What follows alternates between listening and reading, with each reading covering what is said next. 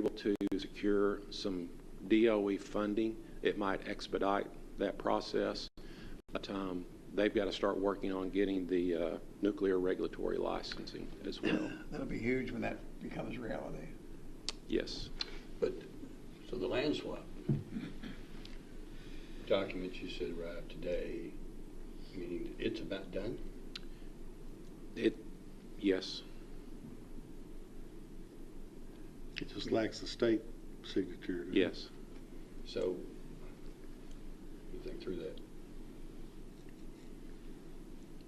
So no new buyer to the land. This is just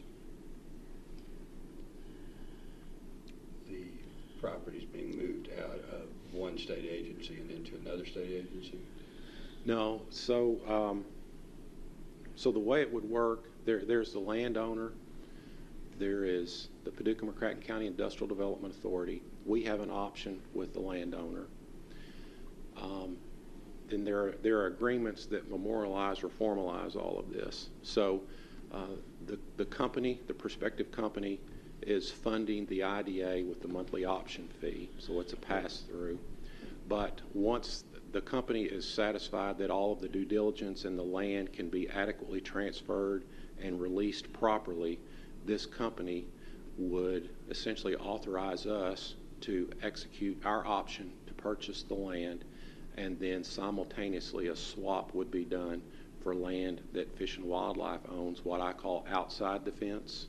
Right. That you're referring to, and Fish and Wildlife would end up owning this other land, and then we, the Paducah-McCracken County IDA, and then ultimately this prospective company that happens like that would own this acreage outside of the fence.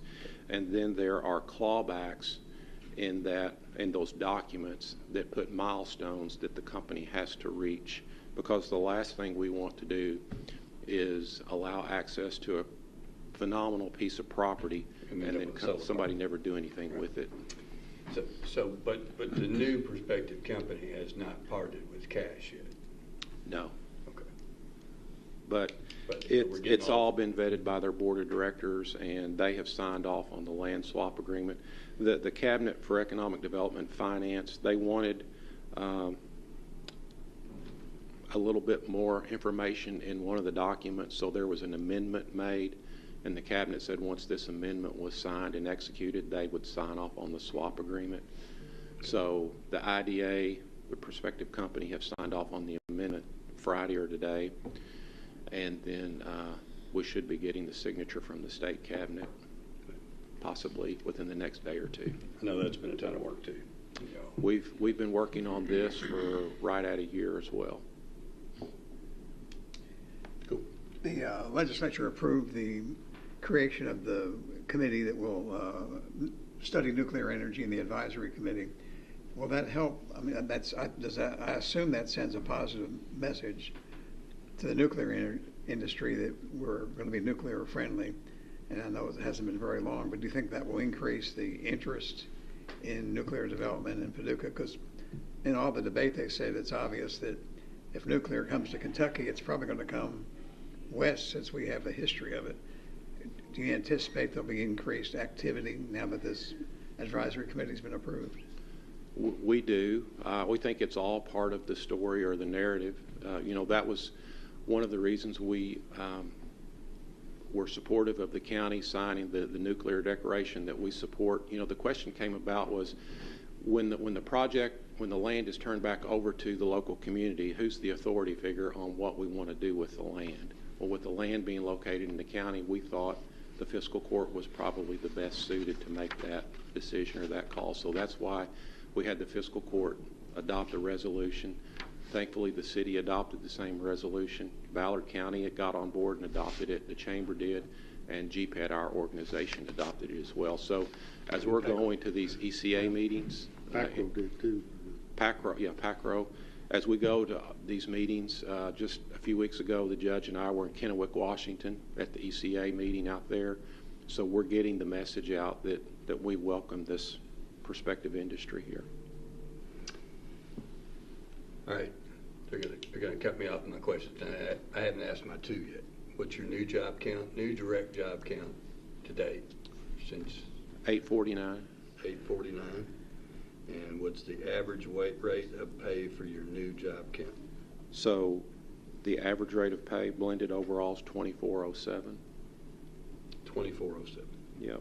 And we believe there's an additional 536 indirect and induced jobs with those 849 direct, for a total impact of just short of 1,400. Sure. $332 million in capital investment, $147 million in economic impact, with right at 120 million of that recurring every year. We're getting immune. I mean, these were such good numbers, and now we're just like, oh, well, he brought us. I mean, your last number, as I recall, was 750, so this is 849, so another 100 since February. Or more. Or more. And I assume the 849 doesn't account the 200 jobs that we're anticipating from the secret company that has 171 It does. Oh, it does? Okay. It does. All right. Yeah. Well, then you've been conservative with that number. We, again, a lot of people like to throw mud on the wall and see what sticks. We really try to be pretty prudent in what we say, and not, we want to over-deliver and not over-promise. So, Well, if my memory's right, you were at 750 in February, now you're at 849, so. we were probably a little bit less than that, yeah. Okay. Yeah. So for we operate on a fiscal year, July to June. So unless something comes through that we don't foresee coming through in June of this year, that's about 230 jobs for this fiscal year ending June 24. The average rate of pay, $31 or $34 an hour. Well, since this thing came up about the nuclear, we've been making trips. Like I said, we went to Washington State just a couple of weeks ago, and met with a contingent from the mayor of Brussels, Belgium was there. There was people from Austria, from Japan. It was an international group, and talking with those people. In fact, I wanted to mention Kennewick, Washington. That's where the Hanford nuclear site is, and the reactor, they call it Reactor B, the reactor that created the fuel for the Nagasaki bomb in World War II, and we toured that, which was pretty cool. A lot of those people came up to me and said, this is really a nice area, Kennewick, Washington, but we really liked Paducah. And we had a great time at Paducah, toured the plant as they did. And so all of this, making these contacts and developing these professional relationships, learning from things, it's like you refer to that Dr. White as Sheldon with a personality. He was there. And, you go into a room with these people. I'm used to not being the smartest person in the room, but my gosh, you go into that room.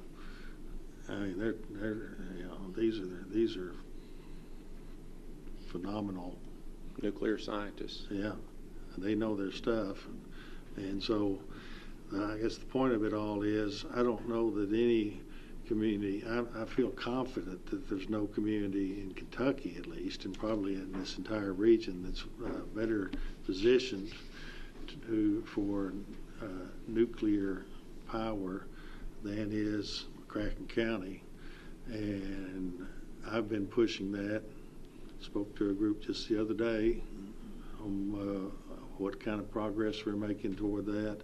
And I think we need to take the position that we're going to claim that we're going to be on the forefront of nuclear being a piece of our power, along with others, but an important piece, and in the relatively near future. And so that's going to be huge for us here to be able to do that. And I think we're making great strides toward that. You and I, is it this week we're going to Louisville to meet with the person from Gain? Monday, yes. Yeah, the 3rd. This coming Monday. So we go to these things, and we're going to follow up. A few of us going to travel to Louisville to meet with a woman that's very well positioned in nuclear, and how to create, how a local government can create, a involvement in nuclear, and how to best go about that. And so we're trying to soak up all that knowledge that we can. So, and you're doing a great job with all that, and it's an important effort to see through. And we have great community support, with Senator Carroll championing that at the state level, and then Corey Hicks with Four Rivers Nuclear Partnership was appointed to that nuclear statewide committee. So we've got some good leadership. J.P. Kelly with Triangle Enterprises, he's been appointed to a board by the governor for nuclear cleanup. Things are lining up well. A lot of the nuclear stuff, it's kind of a long game, because it's so regulated, and make sure that safety is first and foremost, most paramount. But I think things are really starting to shape up for us. So all indications are, PACRO and the IDA submitted the letter for the land transfer. So I think that was a great milestone that was completed there. So hopefully within 2 to 3 years, we'll have some land turned over, and the Chamber's doing a great job with the reindustrialization study. So a great community effort. Did you get the email? Ike White's now moved from, he's no longer EM1 Energy Management. He went to a nuclear regulatory outfit or something, and so we've got to start making the relationship with the new person coming in. But we can do that too. It's good stuff. Y'all got any more questions? We're good. Do we think we've covered it sufficiently to not need an executive session on these things? Or I'm good. everybody okay? Good. Good. Okay. All right. All right. We'll let you do something else then this evening. All right. Thank you all so much. Thank you. Thank you. Let's see, court orders.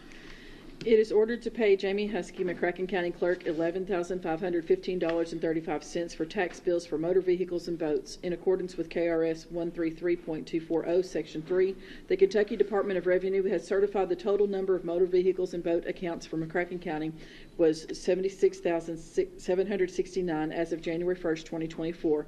The county clerk is paid 15 cents for the calculation of a tax bill for each account. Motion. Second. Any discussion? Does the city have to pay them anything for doing it too? Because they get revenue from that.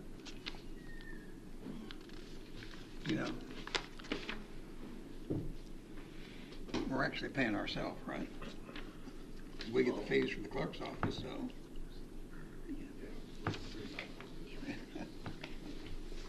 So I don't guess I've ever focused on it. I guess we get this number every year. Yeah.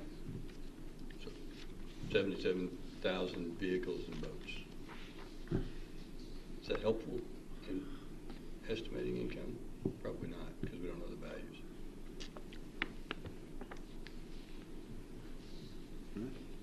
All in favor, aye? Aye. Opposed, no.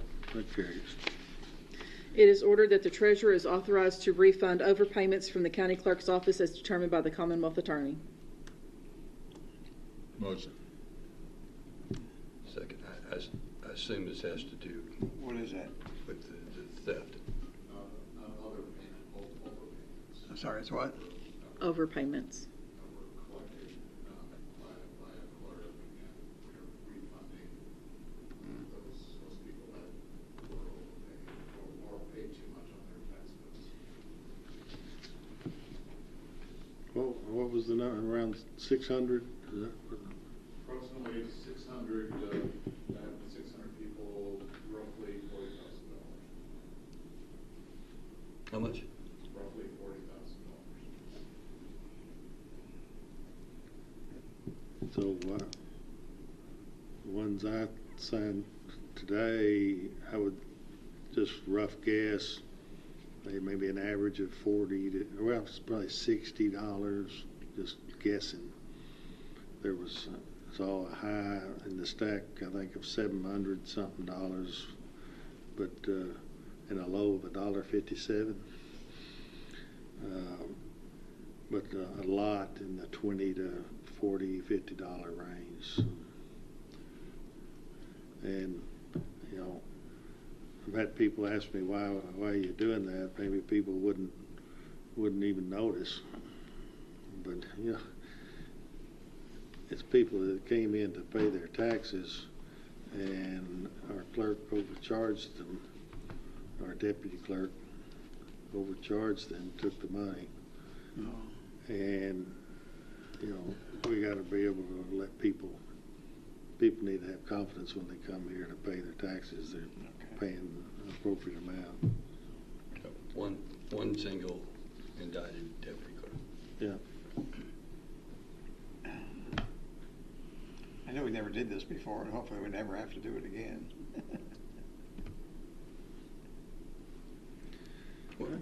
One single indicted deputy clerk who was caught by our county clerk. Their internal control measures were Right. effective. All right, all in favor, aye? Aye. Opposed, no. That carries. It is ordered to pay the City of Paducah $24,222.06 for the 2023 incremental revenues pursuant to Section 6 of the Local Participation Agreement for the Downtown Riverfront Development Area. Motion. Second. Second. Any discussion? All in favor, aye? Aye. Opposed, no. That carries. We have two late orders. Order D, it is ordered that Juneteenth is added to the list of McCracken County observed holidays effective immediately. Motion. Second.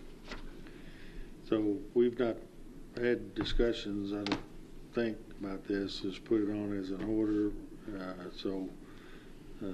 We could have called it a discussion, or we went ahead and put it on the order because it's coming up very fast. But it's a federal holiday, has been for, I don't know, a year or better, maybe. We had this executive order come from the governor's office ordering that the executive branch of Kentucky would observe Juneteenth, June 19th, every year. We've checked around, many other communities have adopted it.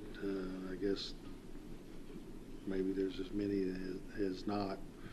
And so put it on here, see if we're in favor of it, not in favor of it. We need to discuss it, pat it around. It's time. So it's a federal holiday and a state holiday, right? No, it's a federal holiday across federal government offices. The governor issued an executive order establishing that all executive branch, all state executive branch offices would observe Juneteenth, June 19th from here on as a holiday. Did not make it across the state because I don't think he probably could make it across the state. I think that's a legislative function. So Perhaps he had the authority to do the executive order. So it will not be a holiday for the court system then, right? Right. So the courthouse would still have to be open. Yeah, I Of wrote course. to Deanna Henschel, who's the chief circuit judge currently, asked her if she got anything from Administrative Office of Courts. She said, as of now, the courts are not observing it. And I think, having worked for Administrative Office of Courts for us, as they say these days, a minute. I worked for them for a minute. 23 years. I would guess that the Administrative Office of Courts is going to say that executive order is for executive offices only and we're a judicial, so we're not going to observe it unless the legislature acts, and the legislature is not acting. So will we have to pay overtime to keep the courthouse open? Will we have to pay holiday pay? Well, we get reimbursed for the CISOs. We would have to have maybe some bailiffs. We're going to, if we do this, then the people here in the courthouse and, well, the county employees would have the day off, including the road department folks.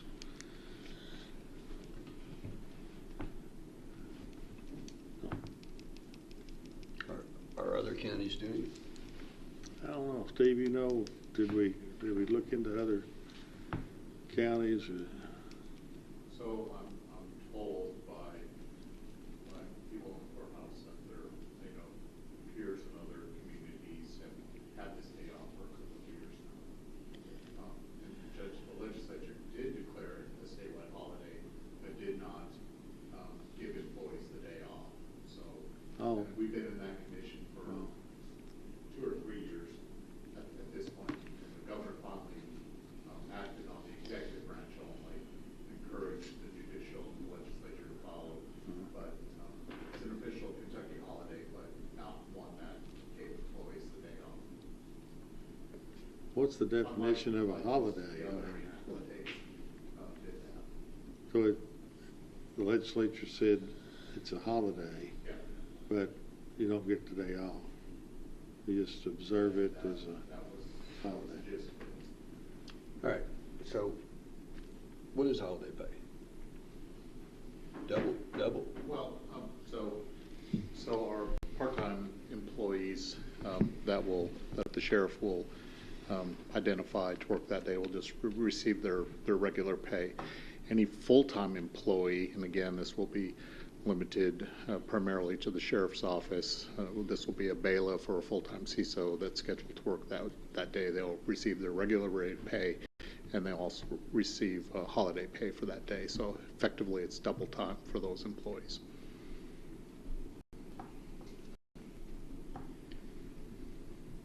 It would be a very limited number of people.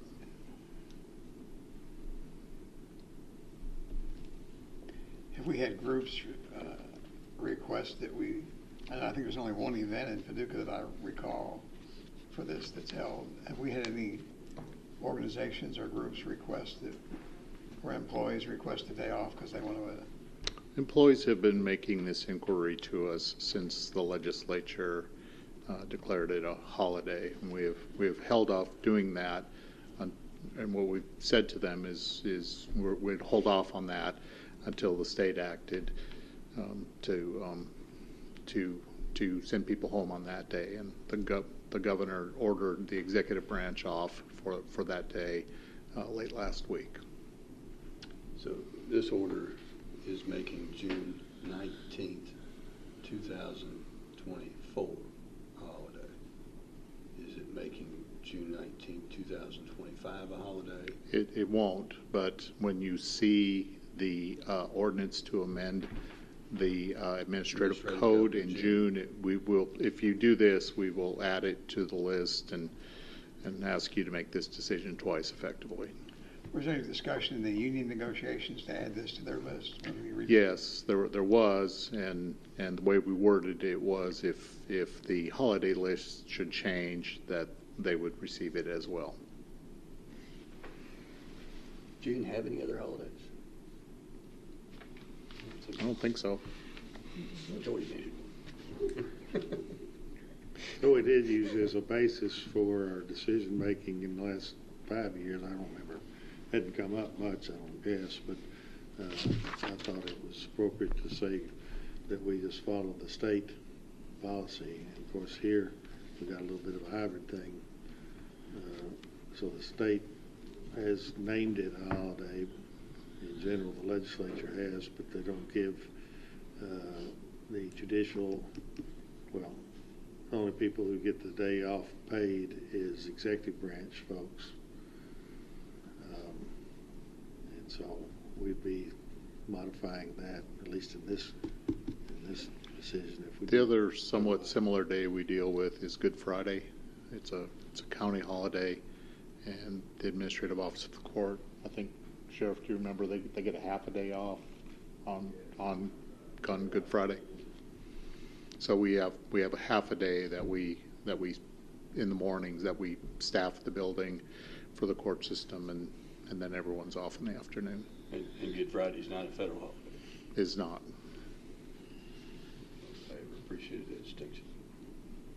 So the only extra cost we have is those that work would be deputies. The handful of full-time CISOs or bailiffs that are scheduled to work that day will also receive holiday pay. But And the jail what about workers too would. Same thing with the jail, yeah. what about the road deputies? Yes, so that's whatever that, the entire department won't be open that day, but anyone that the sheriff needs to work that day, that's a full-time employee, will receive holiday pay.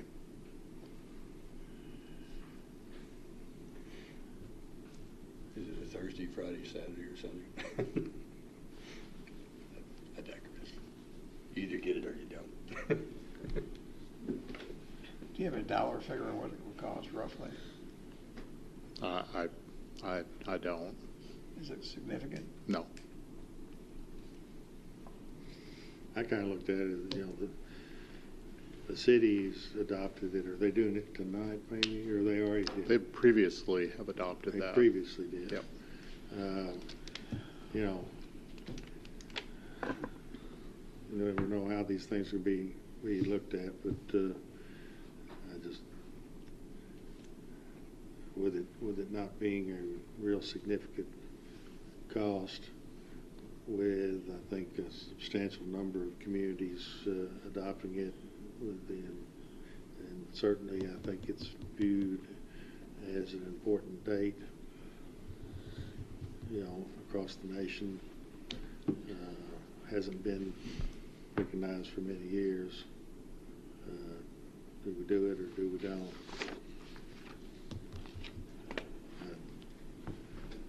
I think it probably makes more sense to do it, to observe. I think there's people who have strong feelings about it, and we certainly represent the entire community. There are going to be people who are saying, well, you shouldn't take it off because you got to pay people more money. I don't really care if they do. I think we just need to decide what's the right move to make and do it. The reality is our celebration of Paducah is the August 8th. 8th of August, and we don't have a day off in August for that celebration.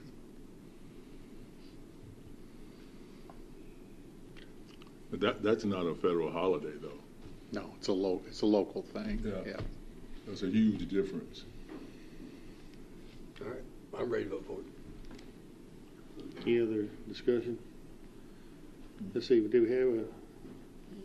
had a first and second, right? Okay. All in favor, aye. All right. Aye. Opposed, no. That carries. Order E, it is ordered that Charlie Click be moved to full-time deputy jailer effective June 9th, 2024 at a rate of $16.72 per hour, less statutory deductions, all of which are subject to further order of the court. Her rate of pay reflects 15 cents shift differential for afternoons and experience. So move. Second. Any discussion? All in favor, aye. Aye. All right. Opposed, no. That carries. Ordinance. Pursuant to KRS Chapter 67, the second reading and adoption of ordinance number 2024-02 shall be conducted in summary format as follows.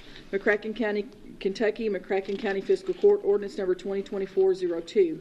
An ordinance setting and establishing the proposed fiscal year 2024-2025 operating budget for the funding of all McCracken County governmental operations prepared in strict compliance with the mandates of Kentucky Revised Statutes Chapter 68. Summary. The action taken by the present ordinance is required by Kentucky Revised Statutes, Chapter 68, and is carried out in strict compliance with the same. After detailed investigation by the McCracken County Fiscal Court into each separate activity of the county and necessary funding requirements for the provision of the same, a proposed county budget is now prepared and submitted for approval of the Fiscal Court with expenditure allocated to budget units as classified below. General Fund. General Government, $9,493,725. Protection of Persons and Property, $1,320,824. General Health and Sanitation, $502,027. Social Services, $360,000. Recreation and Culture, $2,037,509. Airports, $120,000. General Services, $1,386,723. Contingent Appropriations, $675,000. Fringe Benefits Employer Share, $1,898,800. Total, $17,794,608. Road Fund, Roads, $3,202,825. Capital Projects, $250,000. General Services, $2,000. Fringe Benefits Employer Share, $729,977. Total, $4,184,802. Jail Fund, Protection to Persons and Property, $7,059,661. General Services, $4,000. Fringe Benefits Employer Share, $2,542,977. Total, $9,606,638. Local Government Economic Assistance Fund, Social Services, $176,500. Contingent Appropriations, $100,000. Total, $276,500. State Grants Funds, Social Services, $1,014,000. Total, $1,014,000. Federal Grants Funds, Social Services, $79,504. Total, $79,504. Sports Complex Project, Recreation and Culture, $17,500,000. Total, $17,500,000. Sheriff Fund, General Government, $5,019,060. General Services, $2,000. Fringe Benefits Employer Share, $2,559,700. Total, $7,580,760. Economic Assistance Fund, General Government, $400,000. Contingent Appropriations, $100,000. Total, $500,000. Juvenile Justice Fund, Protection to Persons and Property, $35,000. Contingent Appropriations, $10,000. Total, $45,000. Transient Room Tax Distribution, Recreation and Culture, $3,641,697. Other county liabilities, $1,128,332. Contingent Appropriations, $250,000. Total, $5,020,029. County Clerk Permanent Storage Fees, General Government, $200,000. Total, $200,000. ARPA Contingent Appropriations, $2,706,680. Total, $2,706,680. Opioid Settlement, General Health and Sanitation, $160,000. Contingent Appropriations, $10,000. Total, $170,000. Debt Service Fund, Bonds Courthouse, $242,109. Other county liabilities, $2,341,095. General Services, $1,250. Contingent Appropriations, none. Total, $2,548,454. A grand total, all funds, $69,262,975. Certification. It is hereby certified by the McCracken County Fiscal Court that the present summary represents an accurate total official statement of the main points of and contents of ordinance number 2024-02. Public inspection. Ordinance number 2024-02 shall be made available for public inspection in its whole and complete form in the McCracken County Judge Executive Office during ordinary business hours. So move. Second. Have you ever finished in May before? Not my memory. This was very quick turnaround from the state. It's a quick turnaround because Look at us. Look at that. Great job, y'all. Any other discussions?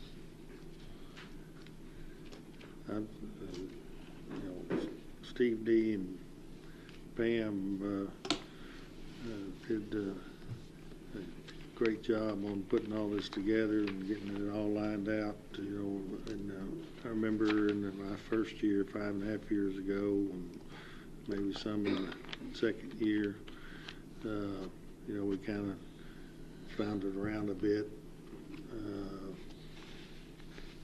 Struggled with finding our way on these things, but with their guidance and kind of walking through this and having a history that we developed, in order to have revenue to bring us out of a depression or a slump near insolvency, even you could say, back several years ago. Bring us to where we are now and have a strong budget and to upgrade the jail, the sheriff's office and all that, to get back, one year we didn't even, I guess we paved some roads that we just had to be paved, but cut out on a lot of services, including paving roads. We're in a position now that we're much stronger on our finances and able to do these things, and so we've come a long way. And appreciate everybody's hard work on that and doing what needs to be done. Any others? All in favor, aye. Aye. Opposed, no. That carries. It is hereby ordered that pursuant to KRS Chapter 67, the second reading and adoption of ordinance number 2024-03 shall be conducted in summary format as follows. Commonwealth of Kentucky, McCracken County Fiscal Court, ordinance number 2024-03, an ordinance approving and authorizing the execution of an interlocal cooperative agreement between the County of McCracken, Kentucky and the City of Paducah, Kentucky for the provision of 911 services. Summary. The actions effectuated in the present ordinance operate to approve an interlocal cooperative agreement between the County of McCracken, Kentucky and the City of Paducah, Kentucky that is related to the provision of 911 services. Further, this ordinance authorizes the Judge Executive to enter into the agreement. Certification. It is hereby certified by the McCracken County Fiscal Court that the present summary represents an accurate official statement of the main points of and contents of ordinance number 2024-03. Public inspection. Ordinance number 2024-03 shall be available for public inspection in its whole and complete form in the McCracken County Judge Executive's office during ordinary business hours. Motion. Second. Any discussion?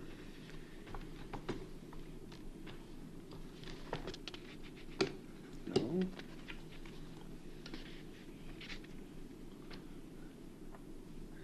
I want to say that this 911, there's been talk that this has been going on for a couple of years, but I remember coming into it again 5.5 years ago and working with Mayor Harless back in the day on trying to get this thing done, and there was a lot of work put into it, and it would be on the front burner for a while, and other things come along. But anyway, there's been a tremendous amount of effort put into this thing. I always am saying, because it's true, the number one job of government is to protect the people, and if you don't have good communications, you're not doing an adequate job of protecting the people. And I know that emergency responder keys that mic and nobody hears, he or she, bad things can happen real quick. And so I'm really proud of our efforts. We had back and forth, worked through this. Sometimes didn't all agree on what needed to be done and different aspects and all that, but we're finally to the finish line on this thing, and it's just going to be. I don't think there's anything that we've done, and probably anything that we will do, that compares in importance to this right here.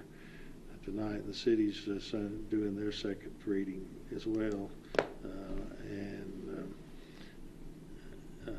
it's just incredibly important that we got this done, and it'll bring our community several notches forward as far as safety and the equipment that we're going to have. You can always well, I think it's going to be state-of-the-art equipment. Our guys and gals that are in emergency services are going to be proud of the system they have. We're going to be watching to make sure that works as it should. And just, it's one of those things that I think makes the job worth it, is to see an accomplishment like this after 5 years of going back and forth, and we all were able to come together and resolve differences and get this done. So appreciate everybody, the input you had. The first meetings I went to as a commissioner 10 years ago was on 911. We had a meeting in the basement of City Hall. We had some experts come from Northern Kentucky who talked about how they set up their system. We kind of came up with a couple of different ideas, but after that one meeting, nobody would agree to sit down and talk about it. There just was no cooperation at that time. Everybody was backed into a corner as to what they thought it should be. They didn't want to sit down and study it. So it's, as you say, it's been a long time coming. And you're right, this is more important than probably anything that we'll do. And I've told the story before. I went out and rode with the sheriff's office one night, and there was an incident out in the wildlife management area where there was a report of somebody in a car that went into a pond somewhere, and the communication between deputies was poor because of poor communications out there. They couldn't talk to Fish and Wildlife. There were Broward County people in there, state police in there, and nobody could coordinate what was going on out there. So this is very important of what we do, and we still have a little bit more work to do in setting up a fee. And again, I think you're right. I think everybody had an opinion. If we all had to sit down separately, we'd probably do things differently, but I think this is a good compromise. I'm confident that the culture in the city of Paducah, and the police department, and the fire department, there's a great management now. There's a lot of cooperation now. I think that culture will continue beyond our lifetime, our lifetime as commissioners and county judge. So I think that's going to continue for a long time. I don't think we have to worry about the politics changing the way things are operated. I think we are operated professionally, and all the politics that go on, I think, will be void of the 911 system. I think it's probably the best way we can operate it. It's probably the most economical way we can operate it. I think we can make a good argument for why it should be a separate agency, but I think having it run by the city will be not as expensive as what it would be if it's a separate agency, and I think they'll do a good job of it. So I'm glad we got to this point. Again, we all probably have opinions of how we do it differently, but I think it's good compromise, and if all government agencies would cooperate and reach compromise, we get a lot more good things done in not only our community, but in our state and the country. And I appreciate all the work that was done on it, all the negotiations and late nights, headaches, and probably lost sleep over it. So I agree, this is, if we don't do anything else, I think this is the hallmark of our term as commissioners. Yeah. I agree. All right. All in favor, aye. Aye. Opposed, no. That carries. It is hereby ordered that pursuant to KRS Chapter 67, the first reading of ordinance number 2024-04 shall be conducted in summary format as follows. An ordinance amending McCracken County Ordinance number 2023-10 by making revisions to the proposed fiscal year 2023-2024 operating budget by modifications and receipts from jail, state, and federal funds, miscellaneous, sheriff's fees, insurance proceeds, and economic development in strict compliance with the mandates of Kentucky Revised Statutes Chapter 68. Summary: the present ordinance makes revisions to the ordinance 2023-10, McCracken County proposed fiscal year 2023-2024 operating budget pertaining to a modification in receipts from jail, state, and federal funds, miscellaneous, sheriff's fees, insurance proceeds, and economic development. Certification: it is hereby certified by the McCracken County Fiscal Court that the present summary represents an accurate official statement of the main points of and contents of ordinance number 2024-04.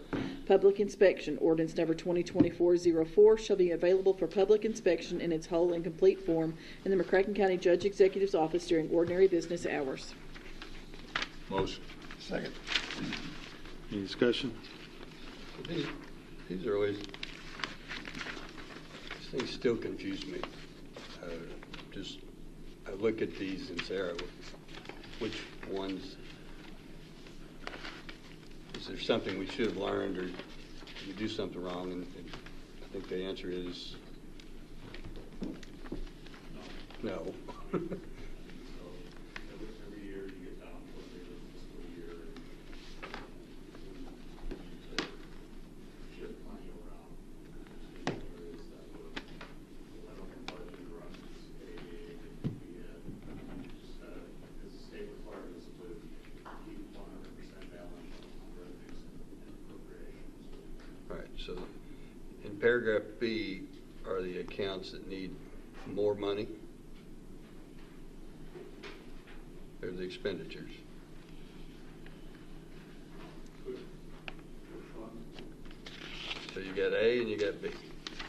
A is the receipts, B is the expenditures.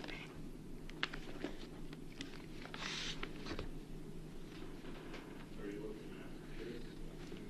Yes, I think. So the top section is revenues, the bottom section is expenses, they have to balance. And it really works into it sort of backwards, because there's these expenses that have to happen. And if the state doesn't allow us to make adjustments until we have these revenue categories that are up now above what we originally projected. So that's why there's not even the exact same number of them. So it's not line for line, it's taken as a whole.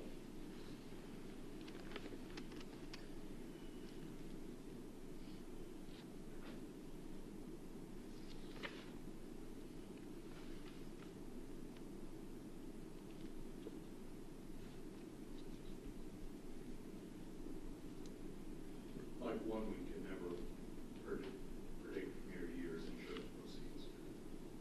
Right, and like routine medical, that's all jail related, right? Yeah, You so got- all of the O3s are jail. Right, so paragraph, I mean, I guess paragraph A, those are all good things that happen, but they have to balance. I guess the thing that kind of throws me off is I would expect the prior year surplus and the contingent appropriations to be where the wiggle, but those are the same. For 27, for Fund 27. So, because I've had to cover for some unexpected things, we got another bill in for 911, and I had to cover it. So we're covering it out of Economic Development Fund. So I'm putting in revenues and expenses to cover that. But I don't really have an Economic Development Fund for 911. I'm throwing it in contingencies and using it there.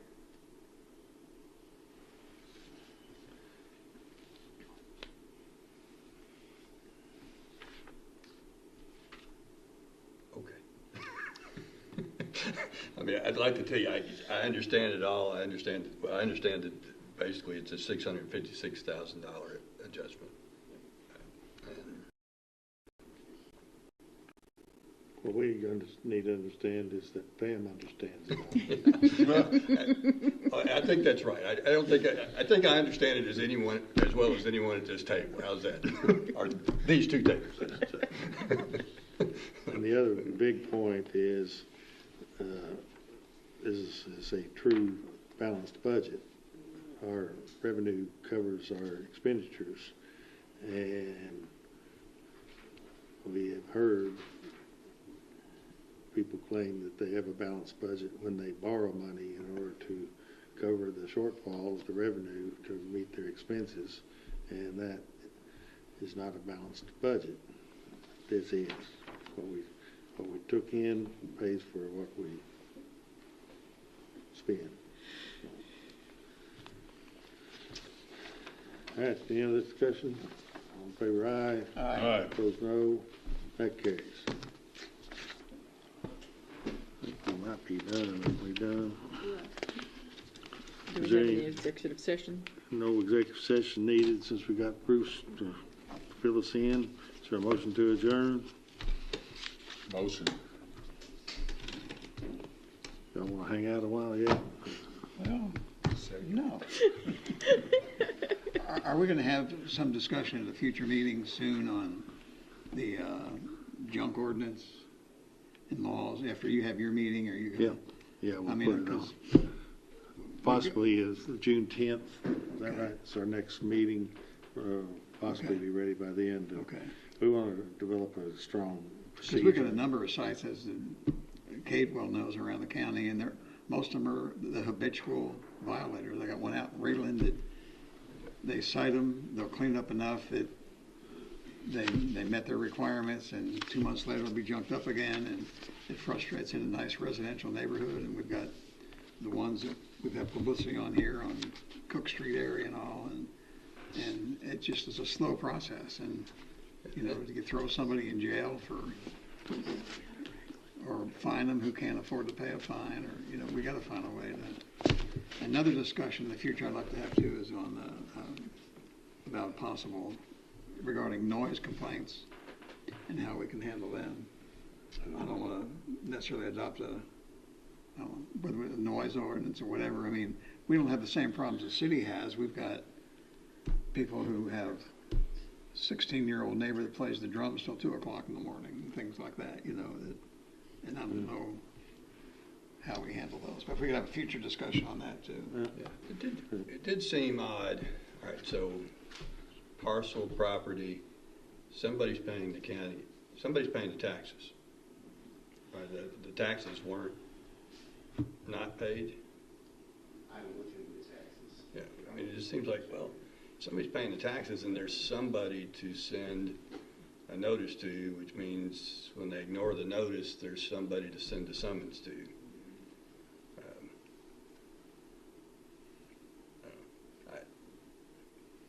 I'd hate to live next to what I'm seeing in those pictures that are shown to us. It's been my experience in situations like that. There's a process. You know, you send them, you go, and you put a note on the door, and then once you contact the person, they got X amount of days to fix it. If they don't fix it, then step 2, step 3, and the person living next door to that is like obviously impatient. Like, what is taking so long? But the process, the way it is, I mean, you have to go by. Okay, we have to do this. We can't jump from here to there. So it is challenging. Yep. A lot of times you have out of town landlords, and that's an issue in itself. I mean, does the ordinance ultimately fall upon the person who is the title owner? It can fall in both of them. Yes. So, yeah. So, you know. That one case with Lucifer out in Greenland, they changed the ownership of the property every. You gotta get in. I mean, the neighbors told me that they'll change the ownership of the property. So you go inside one guy, and I don't own that property anymore, and they've changed the name to their son, who works on the river, and they can't get him to. Anyway, it's frustrating. We're gonna work Anyway, it all out. Yeah, I wonder if we So just, what? You're maybe gonna we create work all that out. something in our ordinance, hope you kind of do. like we have the implied consent. If you're gonna get a driver's license and you've consented to certain things, if you're gonna own property in this county, then you're gonna accept these notices and services at the address that you've got on the property bill. And that's who we're gonna serve summons, and that's who's gonna end up, walking the And then walk you of get shame. Then you get into different laws, like if they have junk cars on there, they can't just go and, I think there's different laws on cars, because I had one piece of property I talked to Danny about, that they had an old junk car on there, and that wasn't the same as dealing with other things. It's hard to, but anyway, I'm confident we'll come up with something. We shall. All right. We're adjourned. Thank you. Bartleman.